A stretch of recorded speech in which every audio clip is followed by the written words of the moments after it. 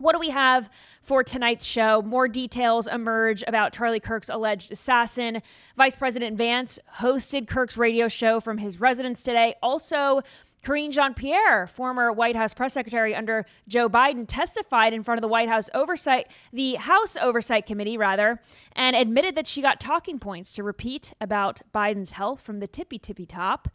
We're going to go into that. Plus, New York Governor Kathy Hochul has endorsed Zohran Mamdani for New York City mayor. What this means for the race and for the future of the city. We are going to bring back scrolling time tonight. A little bit of a return to normalcy. We're still going to play some Charlie Kirk stuff, but I do have some palate cleanser videos, dogs, cats, things that can maybe make us smile a little bit. I feel like we need it. So put your phones on Do Not Disturb. Nightly Scroll starts now. All right, Vice President Vance hosted the Charlie Kirk show today. It was a wonderful tribute to Charlie. Watch this. Now, I have heard many calls in the last few days for unity and for healing in the wake of Charlie's assassination. You have no idea how desperately I want that, how gratified I was when Democratic friends and even former Senate colleagues reached out to offer their condolences to me. I'm so thankful. And I know there are so many like them all across our great country. I am desperate to wrap my arms around them as we all unite to condemn political violence and the ideas that cause it. Psalm 133 tells us, "Behold how good and how pleasant it is for brethren to dwell together in unity. It is like the precious ointment upon the head." Oh, how badly have I craved that precious ointment in recent days, and I believe we can have it. But first, we must tell the truth. It's the only way to honor Charlie, for what was he, if not a man who told the truth in every place, in every environment? Now, the most important truth Charlie told is this, that long ago a man, begotten, not made, came down from heaven, and by the Holy Spirit was incarnate of the Virgin Mary and became man. For our sake, he was crucified under Pontius Pilate and suffered death and was buried and rose again on the third day. Charlie believed, as I do, that all the truth he told flowed from that fundamental principle. I really do believe that we can come together in this country. I believe we must, but unity, real unity, can be found only after climbing the mountain of truth. It was really wonderful what he said about Charlie, and it's true. This was a tribute that encompassed what Charlie was all about, and that's his faith, that Christ is king, pursuing the truth, and all truths stemmed from Charlie Kirk's faith and a lot of our faiths. And Vice President Vance was joined by White House staffers, friends of Charlie. I also loved how his lower third there on Real America's Voice said longtime friend of Charlie Kirk, not Vice President of the United States, but it just goes to show that he really was touched by this, and he was hosting the Charlie Kirk show as a friend of Charlie Kirk and really was there to pay tribute to him. But you know, Caroline Leavitt was on the show, so many others. And I saw this, well, there were so many clips that I wanted to play. I know that one is like a little long, but I just thought that it was so wonderful and all-encompassing of Kirk's faith and what he stood for. But there were other clips about Vice President Vance calling for unity and the fact that we cannot have unity with these people. These people are totally demonic. And, you know, these calls for unity, it's such a pipe dream at this point. I mean, people who are celebrating someone's death, he's right. I mean, we can't there's no getting through to these people. I feel like we should have hope that we can get through to these people. Some people are coming to the realization that these people are demonic, and I've seen so many videos of people saying, well, I can't be associated with this anymore. This is really, I was kind of on the fence. Now I'm going to vote for Republican. I've seen a lot of this, like people waking up to the fact that what we've been seeing is evil right in front of our very eyes. And, you know, Vice President Vance, I think he hit the nail on the head when it comes to these empty calls for unity. We can't, because these people, I mean, they're next to impossible to get through to. And, you know, there were other people online on X, and, you know, why are we paying attention to all these people on X, the peanut gallery? Of course, people were upset on the left that, Vice President Vance was hosting a show for over an hour. Oh, like, doesn't he have anything better to do? He's our vice president. Why isn't he working? I mean, are you people insane? Vice president or not, he just lost his friend, a friend that is responsible for Vice President Vance becoming the vice president of the United States. Vance admitted him that himself when he opened up the show. Why can the left not find a shred of empathy for people who are grieving Charlie's death? And to question, how could he take the time to do this? Like, as if then sitting President Joe Biden didn't call a lid at 2 p.m. and then do nothing multiple days of the week. I mean, come on. As if Kamala Harris wasn't just a DEI hire figurehead who spent her days cackling and pretending to find the root cause of illegal migration. You know what I mean? I mean, I'm sure Vice President Vance went back to work as soon as the show was over. But can we let him grieve in the way that he wants to grieve? He spent his week and weekend with Erica Kirk, now a widow.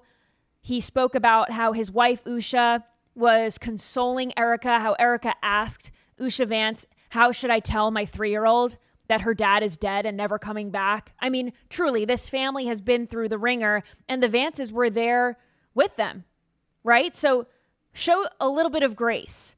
But we know that the Democrats, this is how they act, right? Speaker of the House, Mike Johnson, he is supposed to hold a vigil tonight for members of Congress to attend in memory of Charlie Kirk. You remember last week, House members on the floor were trying to have a moment of silence for Charlie Kirk and to pray for Charlie Kirk on the House. It ended with a shouting match between Democrats and Republicans. We know that Democrats won't be in attendance.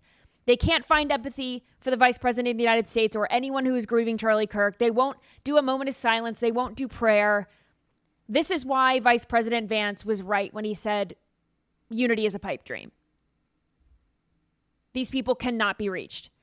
But more details have been revealed about Kirk's alleged assassin since my last show on Friday, so I want to get through to that. This all comes as Utah Governor Spencer Cox revealed over the weekend that the alleged killer has not admitted to any wrongdoing.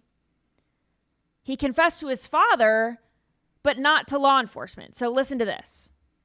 The suspect has not been cooperating so far, and so we're getting all of this information from family members, again people around the suspect, and then the forensic information that we have, which is confirming everything and more than what we were able to share in that initial press conference. Not cooperating. This is odd, And then why would he confess to his dad allegedly, and then not confess to authorities? I don't understand that. I don't either. And that's going to be a challenge if he doesn't open up about this. I mean, because there are things that the family member obviously can, the family member's dad, pastor, relatives, everybody can obviously identify him. Maybe even they can speak to his movement left, in his ideology and politics. They have been speaking about that a little bit. But only he can talk about people that he was in proximity to, or maybe even coordinated with during this whole, evil plot. So I hope he does cooperate with authorities. But it's sad to hear that he's not. I just don't understand the mentality. He was saying, and I covered this last week when all this was going down, but when he confessed to his dad, he said, I'd rather kill myself than go to the authorities. And his dad was the one that brought him in with the pastor, and they brought in the U.S. Marshal and all that. So now I'm the details are a little hazy. I guess the dad turned him in against his will. So we don't know if this guy is the guy. I mean, he hasn't admitted to it. I believe that, as the FBI coordinates their investigation, they need his testimony to corroborate that information. And if he's not willing to admit to the evidence that the FBI is collecting, that's a problem. Everything else is what his parents say is third party and what other people are saying. I mean, the FBI is gathering the evidence and he's the perpetrator. So it's strange that he's not owning up to what the FBI is presenting. Like, he doesn't need to cooperate. A lot of people who murder people, they say that they're not guilty. And, if the DNA fits, then, doesn't matter what they say. But it is odd that he's refusing to cooperate. But remember when the left, people like Harry Sisson, for example, were saying, like, the killer's not a leftist.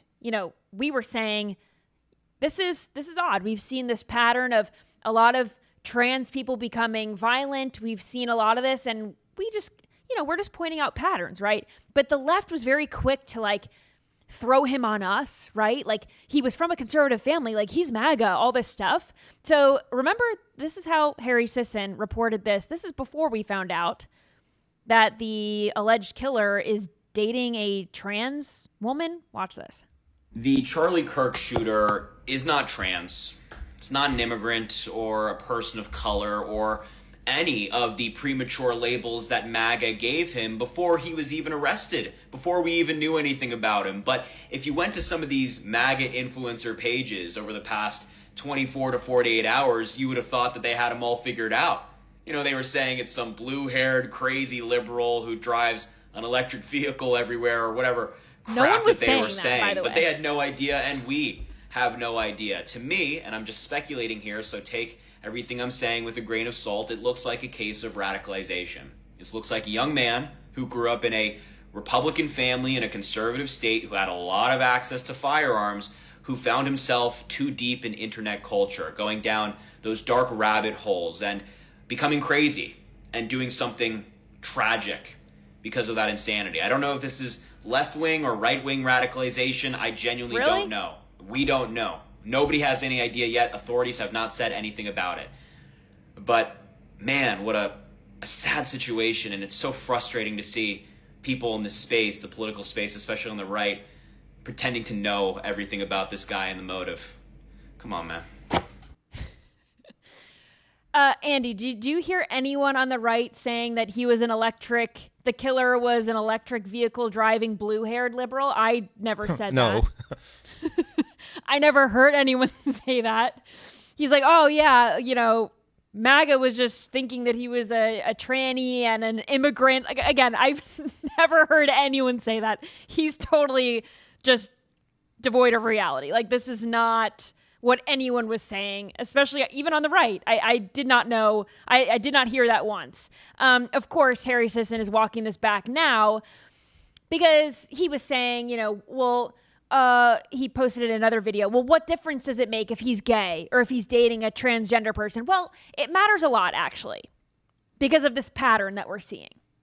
And we learned that this guy has a transgender roommate.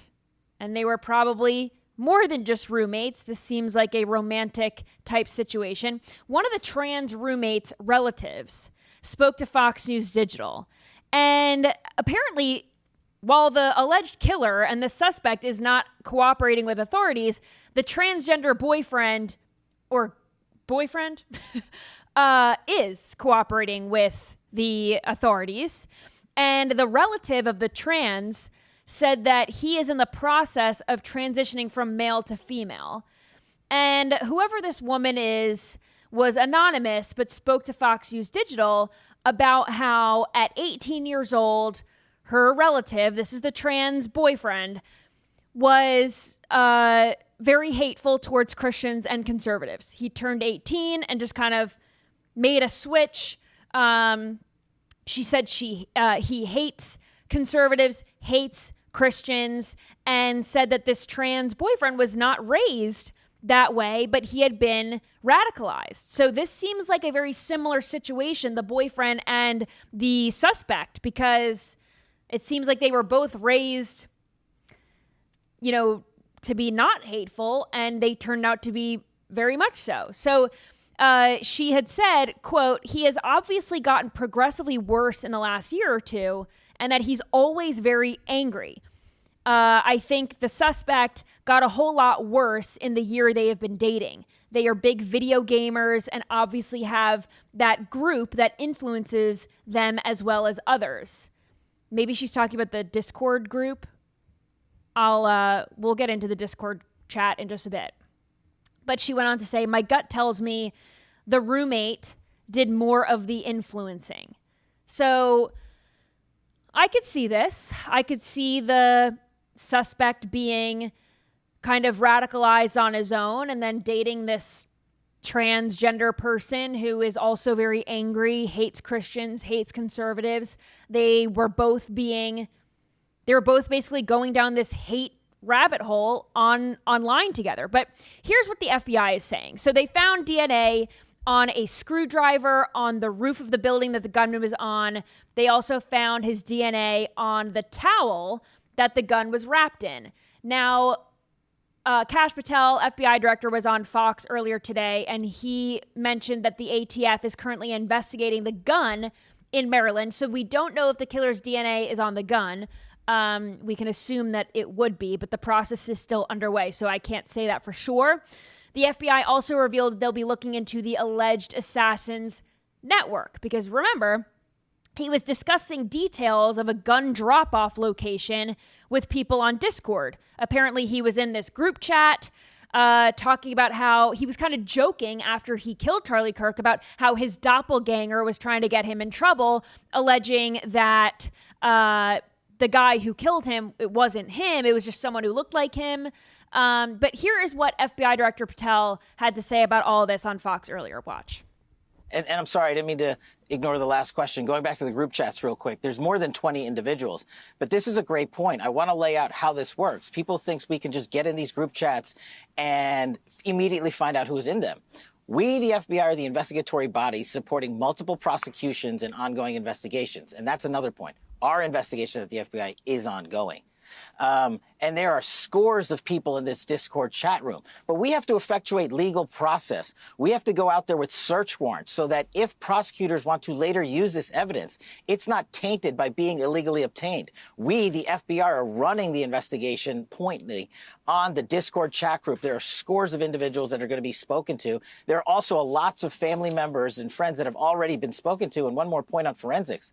We were able to obtain in record time the text message chain between the suspect and his live-in partner, as well as other critical cellular information from our CAS team that analyzes cell phone data towers in the area to pinpoint the locations of the suspect and other individuals he was speaking with. This is critical information that the FBI processed and got to prosecutors so they can lawfully use it in a court of law. Were you guys looking at that video that they had, the TMZ video that they were playing next to Kash in that interview? The guy's wearing shorts. Yeah, I'm hazy on this timeline too. I think, TMZ initially reported because they said that he changed clothes, and the FBI said that he changed clothes, but I thought he got after his egress. Like I wasn't real sure. He walked from what I've seen and timeline related stuff, even that the FBI has given us. He walks in his ingress into the perimeter of the campus. He has. Can you play that shot again? You don't have to play it with sound, but I just want to see the video. The video that they're playing next to Kash is the TMZ video from Wednesday, and they said it's hours before the shooting. And I thought the guy, all the pictures that they were showing, he was wearing pants, and now he's wearing shorts. And they said that he changed clothes on the roof, but I thought he had it was maybe said that he brought the gun in.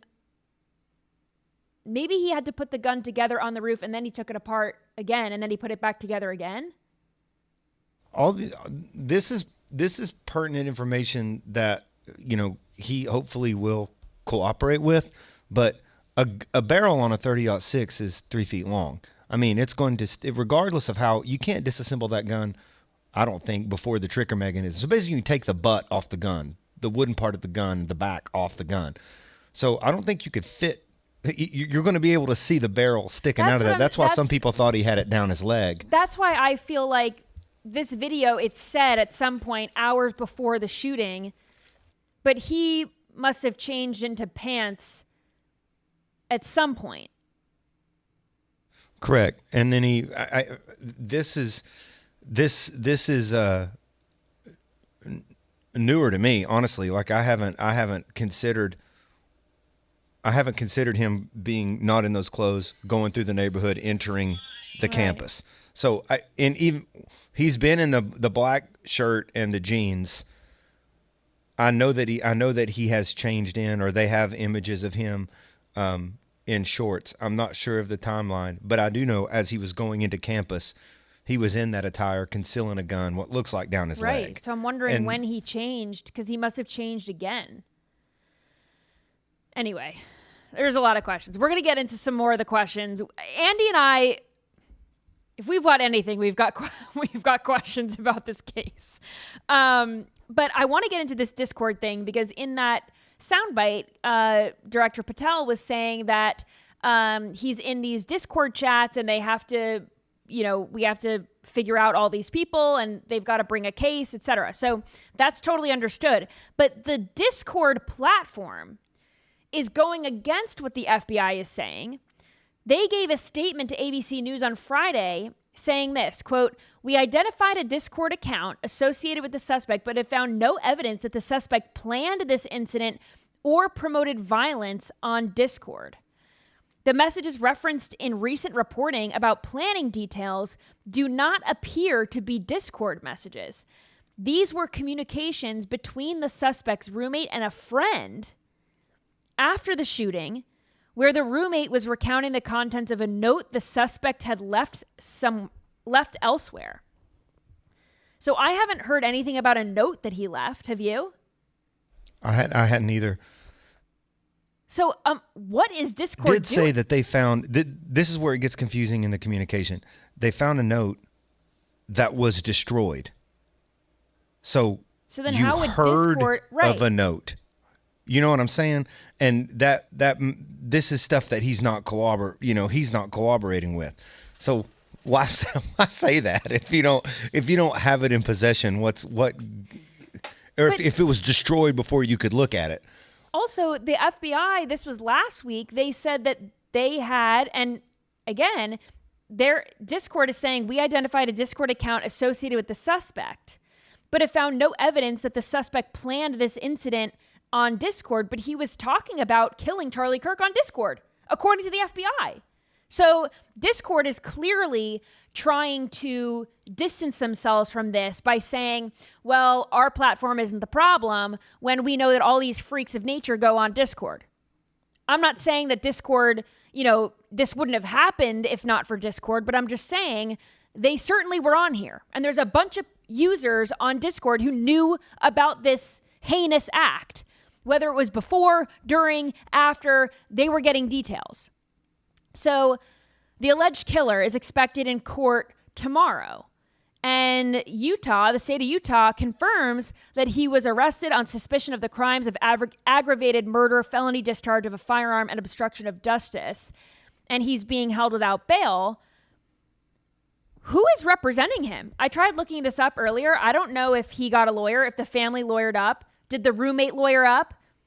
Or is anyone in the Discord chats lawyering up? I couldn't find a lawyer. I couldn't find who was representing him, if anyone. I don't know. But I tried looking this up earlier, couldn't find anything. And I'm not trying to be conspiratorial, but if this guy is in custody and he's not admitting to it, is he not cooperating because if he thinks he admits to it, he'll get a worse sentencing? Or did he not do it?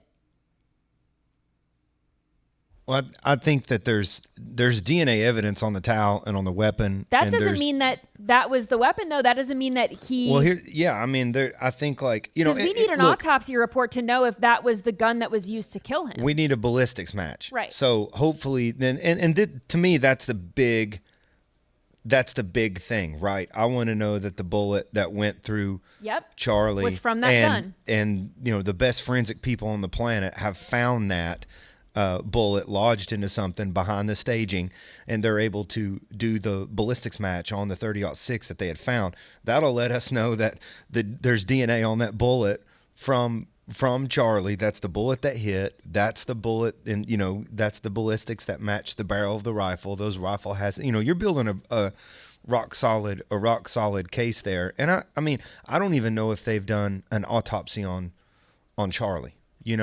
just to, and so, but again, like, hey, look, Bongino's rule here is hold, and I know these people are the best in the world at what they do. And this is super complex. And we're looking at this through the lens of an absolute media fire hose. But at the same time, there are, questions. Put yourself on camera.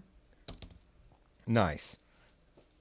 He didn't go to school at UVU. Right. So how did he know? A friend of mine brought up that he went one semester at, I believe, Utah State, and then he was in a electrical sort of trade school. And so the timestamps, though, show he parks, he goes through the neighborhood, he enters the parking garage, then he enters the building. How many buildings have you been in that you know directly how to get to the roof of in minutes?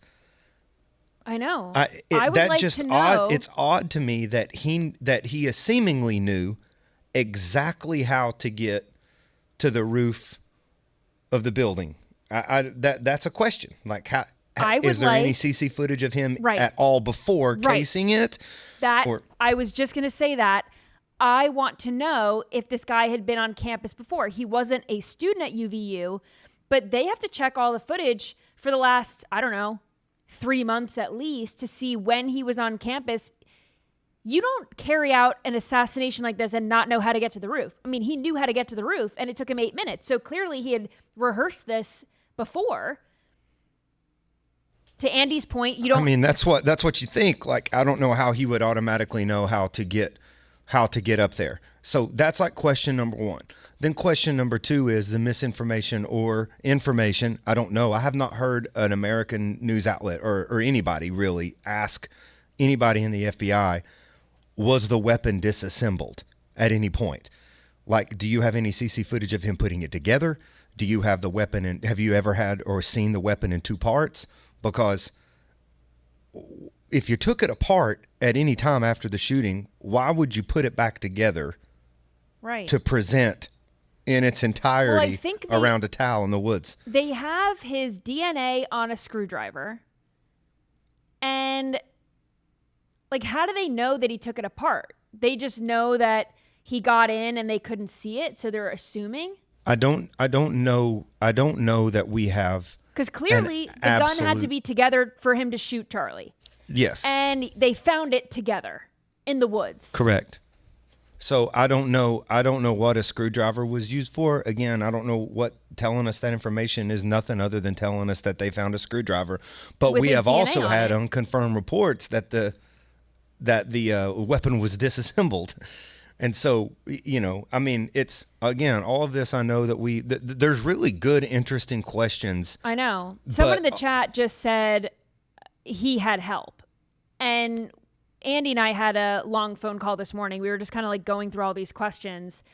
And I tend to agree. But Andy had questions about why he would take the gun apart and then put it back together to just drop it. Like, if you were on the run and you just killed someone, what would possess you to put the gun back together? Like, doesn't that just waste time? If you're going to dump the gun, why put it back together to leave? And why wrap it in a towel? I mean, these are just questions that we don't have the answers to right now. I also want to know... Well, I saw somebody in the chat here. That's a pretty good point. And I haven't seen this. And so... we have someone in the chat said that Megan Kelly talked to Bongino about if the gun had been disassembled, and he said he couldn't answer that right now. And these guys have 1,000, and we're probably asking some questions that they're hunting down. But these are the questions that bring transparency. You know what I mean? Like, it's answering how did he get to the roof that fast? Like, how in the world did that happen that fast, that quick? How did he know where to go? Who was he talking to on Discord? And then who did he leave the gun for in the woods? Yeah. That wasn't picked up by who?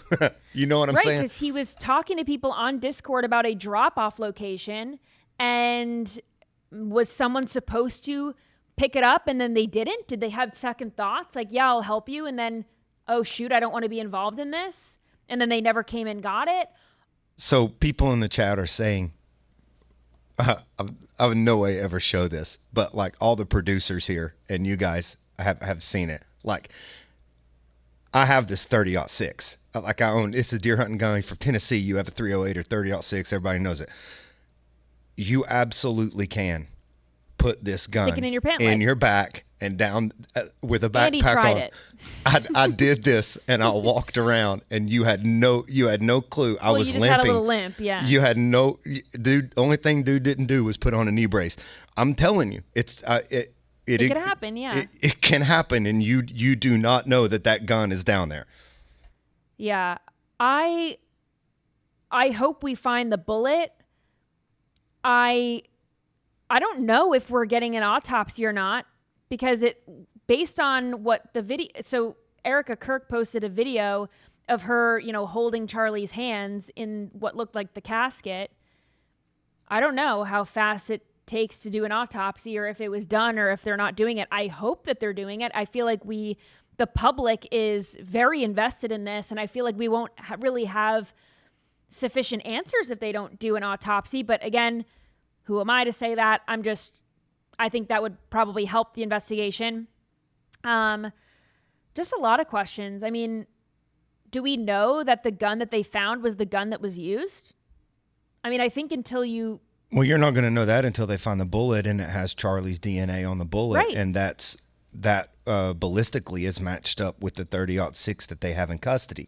That's a big deal for the forensic investigation of a crime scene. I mean, it's like, I know this is like it gets into the weeds with the left, right, who's gay, who's not gay, all that stuff at this point. That's gesture, and we can talk about that. But like, there's fundamental elements of a case that's like, we need the ballistic information, we need the DNA information, we need ingress and egress information, and I know those guys are working on it. That stuff's not hard, and the public demands that in 48 hours. I also have questions too about the timeline is a little hazy, because we know that he was in custody around 10 p.m. on Thursday, and I want to know where he went, because we see these videos of him like roaming around. We know he dropped the gun in the woods, and then he was kind of roaming around these neighborhoods, right?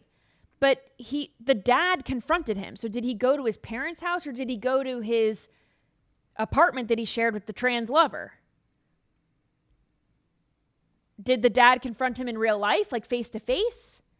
I am assuming, because they called the pastor and the marshal and all that, but none of this has been said. Anyway, all this to say, the investigation is not over. I am going to give authorities time to do their jobs, but I just hope that any and all information is released, because we do need it.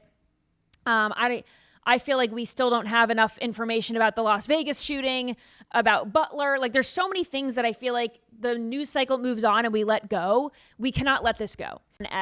And it got me thinking, because NFL teams, some NFL teams paid tribute to Charlie Kirk. The Tennessee Titans, Miami Dolphins, New York Jets, New Orleans Saints, Dallas Cowboys, they all held moments of silence for Charlie Kirk. And as we know, this isn't the NFL, but the New York Yankees also did the same thing. But the Bengals, Lions, Ravens, and Steelers did not hold moments of silence or reflection for Charlie Kirk. And then I saw this post on X. If we could just pull this up. I actually don't know who this person is. Am I supposed to know who this is? Or this is like a random person with a blue check mark? I had no idea who this is. So, but he brought an interesting point. Why are these sports teams honoring Charlie Kirk when we were told that politics has no place in sports when Kaepernick took a knee to protest police brutality? The NFL set a precedent in 2020 that, according to them, politics did have a place in sports. They were actually obsessed with it. It had a very big place in the NFL. When George Floyd died, he's a random crack addict. They bent the knee to everyone who made him a celebrity and this political talking point, this political hero. They had political messages in the end zones and on helmets. They got the end racism, the stop hate. So if they've taken the stop hate stance and they're okay with putting politics in sports, then you have to talk the talk, walk the walk, right? If you're going to do it for George Floyd, then certainly you have to do it for someone like Charlie Kirk, who actually was a political figure and much more prominent than a random drug addict. So, when it comes to a political assassination, I think that makes sense that they would have to. They set the precedent that politics does belong. So then it's got to belong, and you've got to do it for both sides, right? I don't think the NFL made these statements or moments of silence out of the goodness of their hearts or because it was the right thing to do. I think they did it because if they didn't, they would look wildly hypocritical and they didn't want to get Bud Lighted. Also, it's just, it had a massive effect on the country.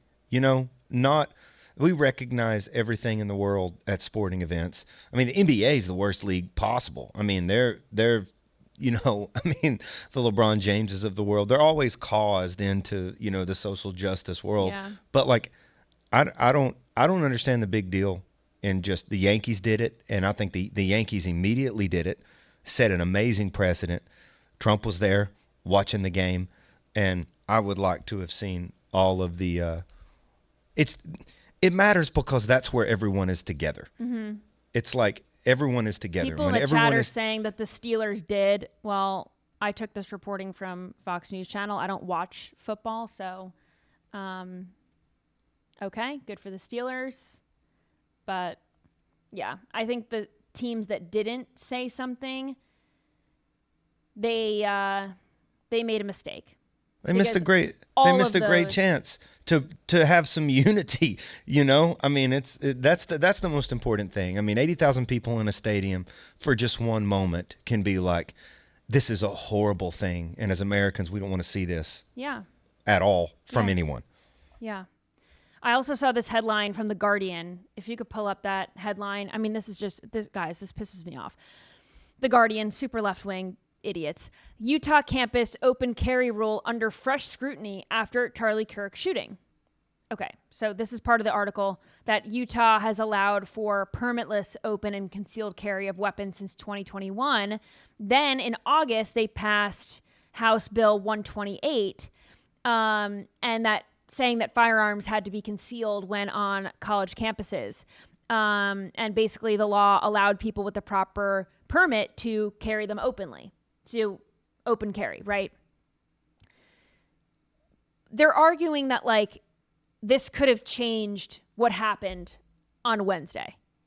And it's getting frustrating now that certain laws around firearms are under scrutiny because no law could have prevented this. Not one. No law.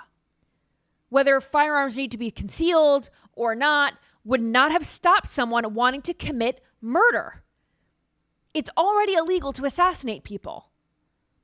The guy clearly doesn't care about right and wrong and following the law. I'm just sick of these articles, and it's always coming from the left, and they're arguing for gun control. They're arguing for these bills, and it just makes you think. I'm like, are you getting paid by someone to push this? Is it the lobbyists? What is it? Is it the gun lobby? And then anytime there's a shooting, they try to push gun control and whatever it is. But none of it makes sense. I'm all for you pushing whatever you want to push, but make it make logical sense. It just does not make sense. There's no law that could prevent this death. So stupid. Some good news in all of this, though, is that Charlie Kirk's socials are exploding. And honestly, I have talked to so many people that have said, I didn't follow Charlie. I didn't know Charlie. People who aren't in this space. They don't follow politics or news or anything like that. And then, I didn't follow Charlie, but I do now. They're locked into his socials, and there's all of the videos of Charlie have gone viral, and people are watching his debates, and it's kind of like this resurgence of all this Charlie Kirk content because people are searching his name and it's getting picked up in the algorithm. And I think it's great because people if they didn't know about Charlie Kirk, they certainly do now. And Charlie had 7 million followers on September 9th. Today, he has over 12 million. So he is getting a bump on all platforms. He went from 7.3 million to 9.3 million on TikTok. He went from 3.8 million to 4.7 million on YouTube, which just goes to show that his message is going to live on. And that's a wonderful thing. I am almost grateful that it is the year 2025 and everything that Charlie Kirk has done was on camera. Like, thank goodness that we have video footage, multiple angles of all of his debates and everything. Like, this is out in the open. There is no way that Charlie Kirk's name will be forgotten. His movement will be forgotten. There's no way. I mean, people are more interested in him now than ever before. Oh, well, 100. You said something right there. I'm glad that his message will stay, and I believe that just for the sheer impact he's had on 18 to 35-year-old people all across the country. But I hope his tactic stays, which is ask me a question. I'm gonna be honest. I'm gonna tell you what I think. I'm gonna tell you what I believe, but we can have a conversation. I hope that's the tactic that stays, because in none of these videos circling around do you see Charlie Kirk yelling, screaming, throwing anything, pointing a finger, swearing. He's challenging people, and I hope the tactic stays. Yeah. I want to play a video from Senator John Fetterman, because he was on CNN and he was telling, he has surprised me in recent months. I don't know if it's like a broken clock is right twice a day or whatever it is, but sometimes John Fetterman, he crushes it. So here's what he had to say. Watch. Now, last night, for example, people were complaining. They were protesting about, that's the Hitler thing. You just don't ever compare anyone to Hitler and those kinds of extreme things. Now, look what happened to Charlie Kirk. I mean, the man was shot. Now, we have to turn the temperature down. It's like we can't compare people to these kinds of figures in history. And this is not an autocrat. This is a product of a democratic election. So you don't think that Trump is at all shattering any of the norms of democracy in any way? I'm saying he's definitely different, but that's what America voted for. Again, I don't agree with many of these things, but that does not make him an autocratic.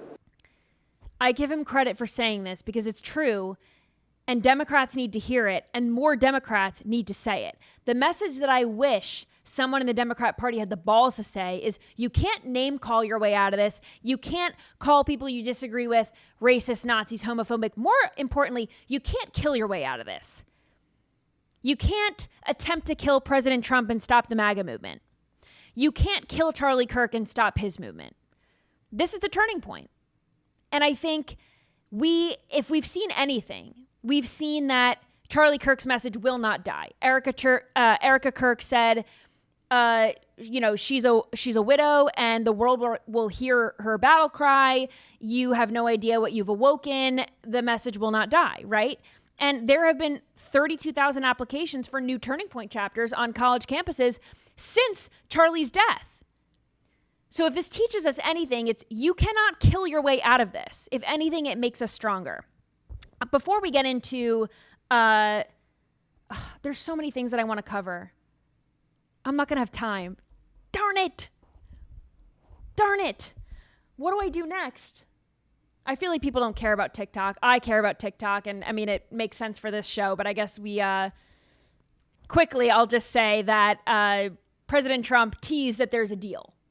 He teased that, a certain company has come to a deal, and that is likely TikTok. Treasury Secretary Scott Bessent also said that the U.S. and China have reached a framework deal for TikTok. The app was supposed to go dead on September 17th. ByteDance, the parent company, is supposed to divest TikTok's U.S. business or completely shut it down. President Trump, as we know, has been extending this deadline, extending since January last year this year, to extend this and get a deal done. So he said, the young people will be very happy, he thinks, by this deal. That's what he said on True Social. But, President Trump didn't name the U.S.-backed buyer, but it is likely Oracle. Executive chairman of Oracle, Larry Ellison. And basically, TikTok is preparing to launch a new U.S.-specific version of the app, and it's supposed to be called M. They're calling it M or M2. And it's going to be phased out by March 2026, and then this new app will replace it. Unclear if this changes the app experience because the algorithm is going to be totally redone by U.S. standards. Do we have to download a new app? Do we have to make a new account? Will it all just switch over? the reason why I'm concerned with this, as you know, I am on TikTok a lot. My show is called Nightly Scroll because I scroll on TikTok. And the algorithm is important for this show. Like all the videos that I find for scrolling time, it's important. Like if I have to start over on a new app, like it's going to take time to get my algorithm back, to get all the new stuff. Like I bring you guys videos that don't go viral. Like they go viral after I show them to you, or like I'll cover a video and then 3 days later they're covering it on Fox. Like just know that you're getting it first because I scroll like a fiend on this thing and I do it for you. Anyway, so that's the update on TikTok. Can we talk quickly about, we can get through all of this, I think. I'm just going to go really fast. We're just going to rapid fire. Karine Jean-Pierre, you remember she was Biden's White House press secretary. Of course, she has no idea what was going on when Biden was completely failing in the White House. She has no idea what's going on with his health or anything like that. So she did a closed door interview with the House committee, the House Oversight Committee. As we know, Congressman James Comer is leading this investigation into what went on during the last few months of the Biden administration. What was happening with the auto pen? Who was in charge? Who knew what when, basically. So this was happening on Friday of last week. And during her 6 hours of testimony, Karine Jean-Pierre said this, quote, "She did not see a change in Biden's competency from 2009 to 2025. Lie. Move on. Okay. I mean, what do you do if you're the interviewer and you ask her that and she answers that? I mean, do you have the right to just be like, okay, hold on, let's go back. Let me ask the question again. I know you're lying. I mean, like, come on. Or is anyone supposed to believe that? You She didn't was see with any the difference? man 2009? daily. I feel like regardless if he's the president of the United States or anything, if he's an 80-year-old, wouldn't you see a difference in anyone? We saw a difference through a television. She was there in person. I mean, think about I in no way think that this girl had any kind of talent to do her job, but like, let's stop and let's think a little bit about how challenging it is on its face to interpret what he said. Someone in the chat said she probably didn't see a difference because she didn't see Biden, which is a good point. Maybe she didn't. That's what I'm saying. Like, she had the hardest job. I mean, interpreting what that guy was doing. Yeah, this is interesting. Also, this is according to sources to the New York Post. So, she didn't say this, but or we don't know, but this is according to the sources that she said this. But apparently she was given talking points by various advisors, senior advisors related to Biden's health and mental acuity. And those talking points were handed exclusively at the senior level. And they basically told her what to say, which that's not the, like the smoking gun for me. That's how this works. Like, talking points get disseminated down from someone to the mouthpiece, and she was the mouthpiece. Like, yeah, I mean, that's how this works. So, my questions are, who were the advisors coming up with the story? How much did they know about Biden's health, and how much did their story differ from the truth? That's the question that we need to know. I'm not shocked that KJP didn't know what was going on and she was told what to say. Obviously. All right, quickly, New York Governor Kathy Hochul has endorsed Zohran Mamdani for mayor. She wrote a piece in the New York Times about her endorsement, and I just want to read a little bit of it for you. She said, "In the past few months, I've had frank conversations with him. We've had our disagreements, but in our conversation, I heard a leader who shares my commitment to a New York where children can grow up safe in their neighborhoods and where opportunity is within reach for every family." And she basically said that this is the first thing that she admired about Zohran Mamdani. She said, "We share our priorities, making it clear that police officers should have every resource to keep our streets and subways safe," which is interesting because he wants to defund the police. So that's a lie. But I thought that was interesting. That was Hochul's first reason for wanting to endorse Zohran Mamdani, was the fact that he respects the NYPD. Like, are you? We sent the production crew something that showed a clip of Mamdani saying he didn't even want to put people in jail. No, he wants to get rid of jail and police. Like, what? I thought that was crazy. So that's the first reason, which is totally a farce for why Hochul wants to endorse him. Then she also said, I've been glad to see him meet with Jewish leaders across the city. Listening and addressing their current concerns directly. Sorry, I can't freaking read right now. Sorry. But she said that, so the first reason was the NYPD, and the second reason was the need to combat the rise of anti-Semitism. Huh? These are two things that he is like not for. This is crazy. This tells me that this endorsement and the opinion piece was a totally calculated PR move. She's trying to undo all the bad press. Her second reason for him, for wanting to endorse him, is how well he's working with Jewish leaders on cracking down with anti-Semitism. Mamdani's supporters are the Free Palestine crowd. So this endorsement is definitely to get anyone else who is still in Camp Cuomo or Camp Adams to jump ship. Mamdani is going to be a leap in the wrong direction for New York City, and Hochul is all for it. This tells me, and I'd love your thought on this, this is how much he is in the lead. Yeah.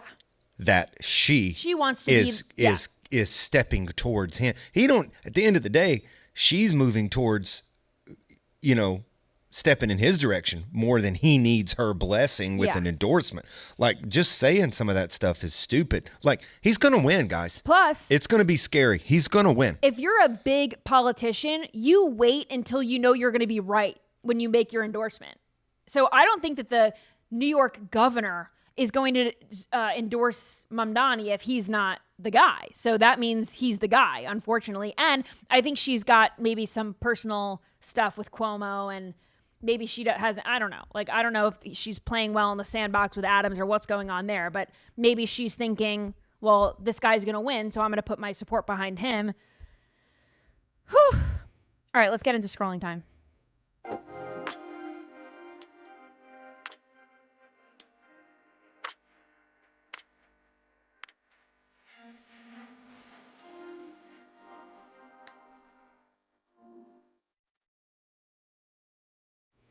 All right. Whataboutism is a cancer, and this TikTok user gets it. Watch. For all of those who are asking, what about the kids in Gaza? What about the school shooting? I have a few questions for you as well. Did you post about the genocide that's currently happening in the Congo? Did you post about when Azerbaijan and Armenia were going at it? Did you post about the women in Iran and the little boys in Afghanistan? What about the famine in Yemen right now? I'm sure you had a lot to say when an Ube got shot in the head in Colombia, right? Or the cartels raging war across the border. Or the thousands of deaths that are crossing the Mediterranean Sea right now and the Caribbean Sea. I bet you have a lot to say passionately about the military dictatorships in Somalia, in Venezuela, in Cuba, in North Korea.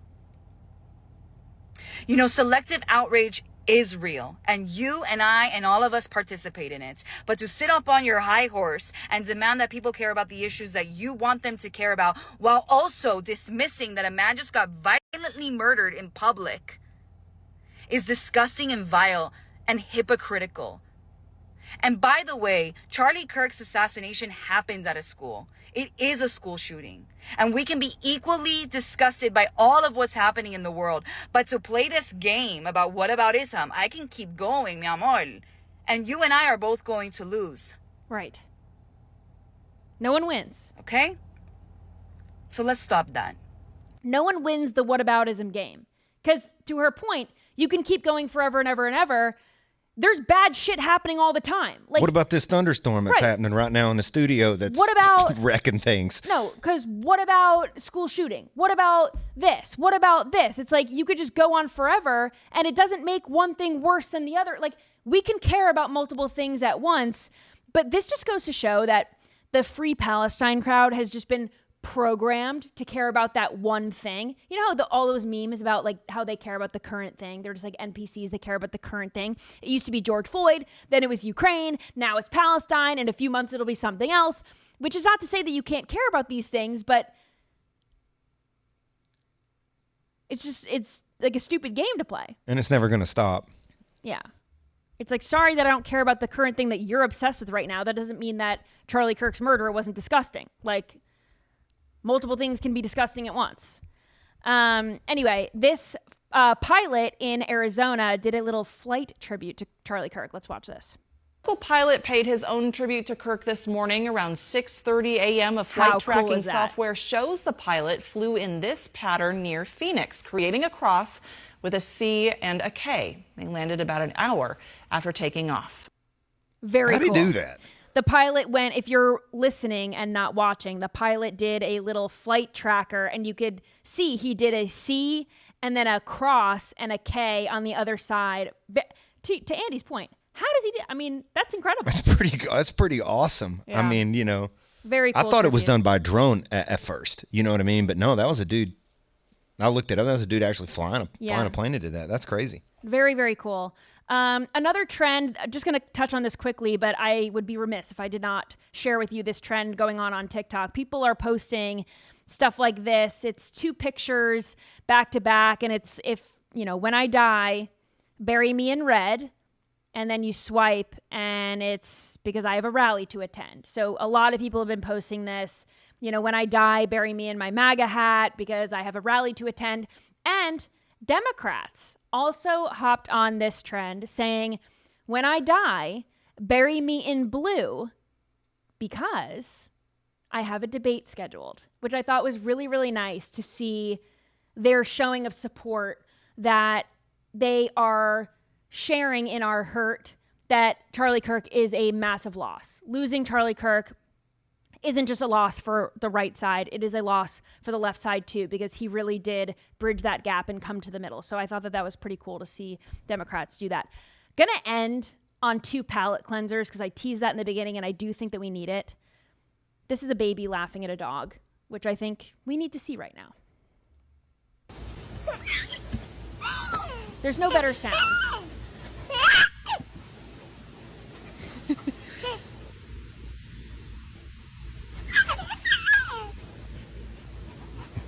What is that, an Australian Shepherd? Is that an Australian Shepherd? That dog is cute until he tears into a squirrel running on that wood fence, shreds it to 1,000 pieces. He's going a million miles an hour.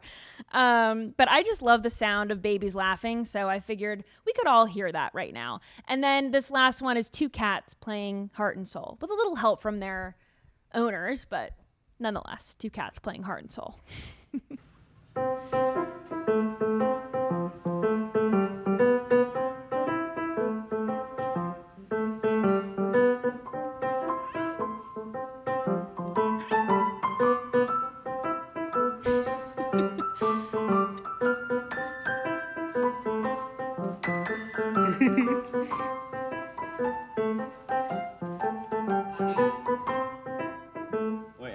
So talented.